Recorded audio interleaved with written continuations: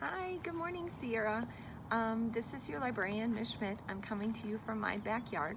I've decided to be posting more on my YouTube channel, and I will be posting new Flipgrids for you guys to interact with me.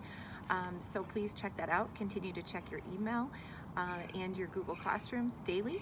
I would encourage you to also read some great books.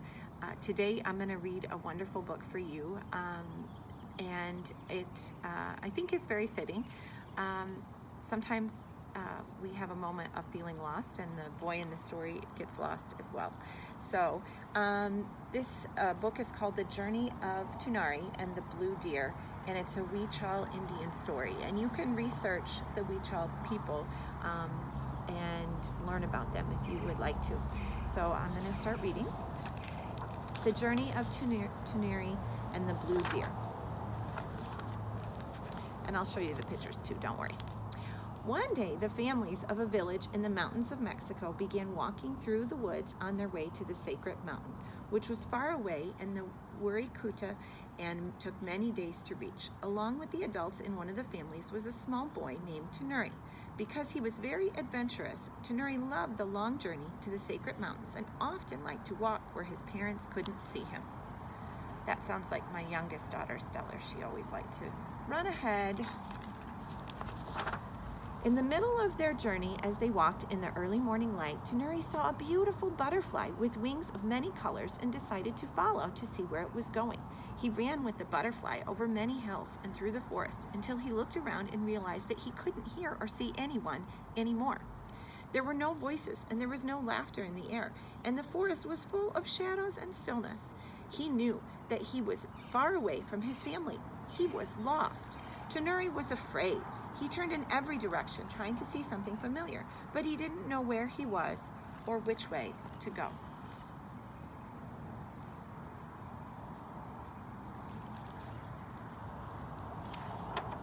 Then something caught his eye. What was it? Tunuri looked up and saw a family of deer standing at the top of the next hill, and one of the deer was walking toward him. As the animal came closer, Tunuri knew that this was no ordinary deer, for his coat was a lovely deep blue, and he glowed all over as if the sun or moon shone from inside him. As he came near, the magical deer spoke. "Hello, Tunuri. I know you are lost, and I know where your family is. Grandfather Fire has sent me to show you where you can find them. You must follow me and hurry so they won't miss you." Then the blue deer turned and ran away, and Tunuri was disappointed. He wanted to follow the blue deer, but the animal moved too quickly. Tunuri looked at the ground, wanting to cry, and saw right away that wherever the blue deer had stepped, there was now colorful flowers growing. The footprints of the magical deer made a trail of beautiful flowers for him to follow. And there's the trail of flowers for him to follow. Tunuri began to walk, following this flower trail. He walked up a high hill, and standing in the sun at the very top was the blue deer. Tunuri ran up to him and saw the sun shining brightly in the sky. As he enjoyed its warmth on his skin, he heard a strong, kind voice speak. "Hello, Tunuri. I am Father's son." There's Father's son. Tunuri was surprised and turned his face to the bright sky. "You and all other beings are my children," the voice said. "I am father to everything on earth, and in my light and warmth and energy, the trees grow tall, the flowers bloom, and the fruit ripens. My light shines from your eyes and lives in your heart. You can feel my warmth on your skin and see the beautiful colors I paint on the clouds. I am here for you, my son. Remember that you can talk to me whenever you wish."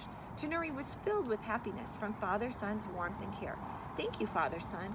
I will always remember."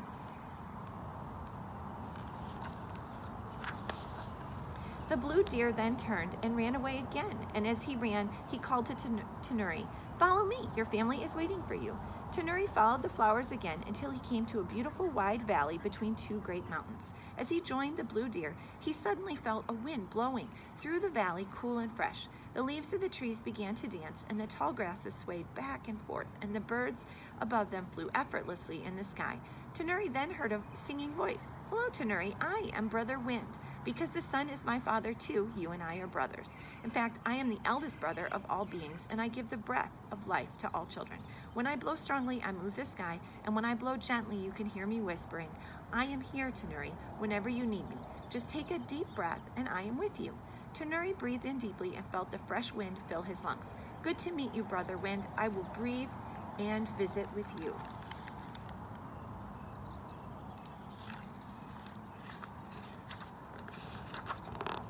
And with that, the blue deer ran again and called to Tunuri, Follow me, we're going to visit your sister. Soon they came to a shining lake, and Tunuri stood next to the blue deer on the lake shore and watched the many animals drinking there. Then he looked into the clear water and saw all kinds of fish swimming, and on the surface of the lake he could see the reflection of the sky above. He bent down and took a small sip of the cool water, and just then the water spoke to him. Hello, Tunuri, the water said in a cool and lilting voice. I am Sister Water. Wind is my brother and sun is my father. I quench the thirst of all earth's animals and plants. And whenever you stand in the rain or by a stream, a lake, or an ocean, I will be with you. Drink me and I will nourish your body, and I will be your sister forever. Tunuri splashed some of the Sister Water's cool drops on his face. Thank you, Sister Water. I will always remember you, he said happily.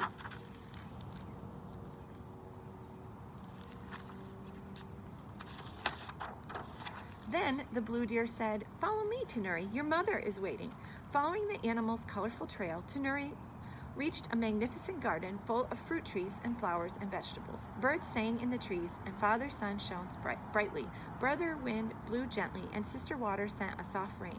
A colorful rainbow arched across the sky over the garden, and it was the most beautiful place that Tunuri had ever seen. He stood in amazement, and the blue deer said, Put your hands on the ground, Tunuri, and feel where all this beauty grows from.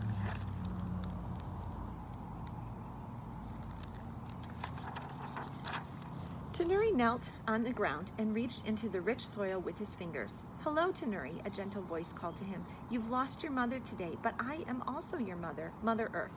I give life and food and shelter and love to all beings. When you eat and sleep, I am with you. And when you walk, I am always beneath your feet.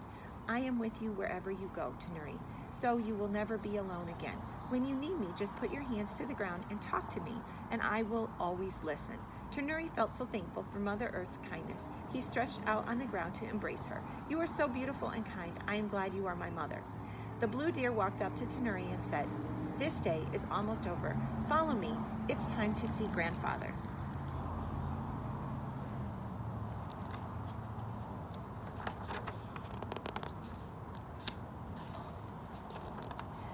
Tunuri walked beside the blue deer until they reached a large cave. Inside, standing in a circle around a large fire, were 6 more blue deer. Tunuri laughed with pleasure and excitement. These are my brothers and sisters, said the blue deer, and we live here with Grandfather Fire. He has been waiting for you in order to see him. Take a small stick from the ground, say out loud all the things you have seen and felt today, and then place the stick in the fire and he will come to you.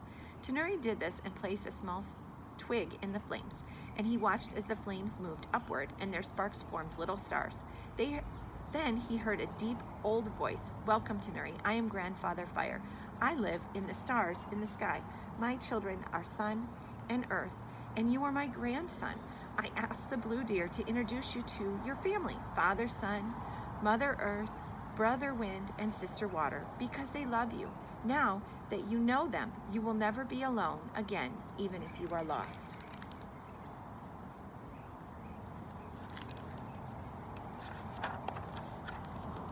But I also asked the blue deer to bring you here so that I could give you a special task.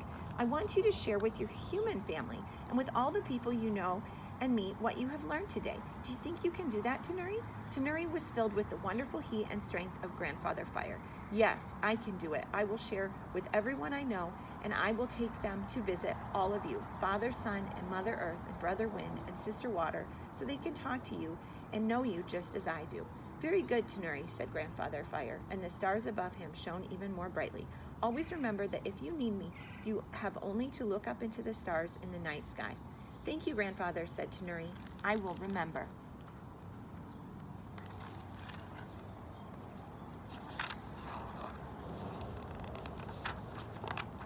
It is time for you to go back to your human family and begin your task, Tunuri, said the blue deer. When you leave this cave, follow my footprints, and they will lead you in the right direction. Goodbye, my friend. Maybe we will meet again someday. Goodbye, said Tunuri. Then he quickly kissed the soft, glowing cheek of the blue deer and turned to follow the trail of flowers.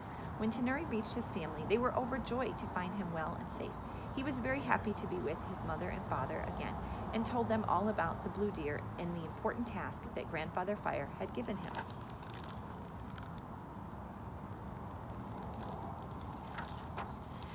As he lay down to sleep that night, Tunuri could see Grandfather Fire twinkling in all the stars in the dark sky. He felt the embrace of Mother Earth beneath him and the cool breath of Brother Wind as he blew through the trees, and Sister Water sang him a soft lullaby in the streams nearby. "Good night, Tunuri," they all whispered to him as he fell asleep. "If you remember us and the task that Grandfather Fire has given you, every day will be as magical as this day has been." "Good night," whispered Tunuri as he drifted off to sleep. And that's the end of the story. So I encourage you to research about the Huichol people that still exist in Mexico. And I would also encourage you to think about the story and make connections of things that are happening in your own life, in your own world. I always encourage connections with the stories that we read. And you can send me an email about those connections, and you can make suggestions for future videos as well. So I wish you goodbye for now. Thanks for watching.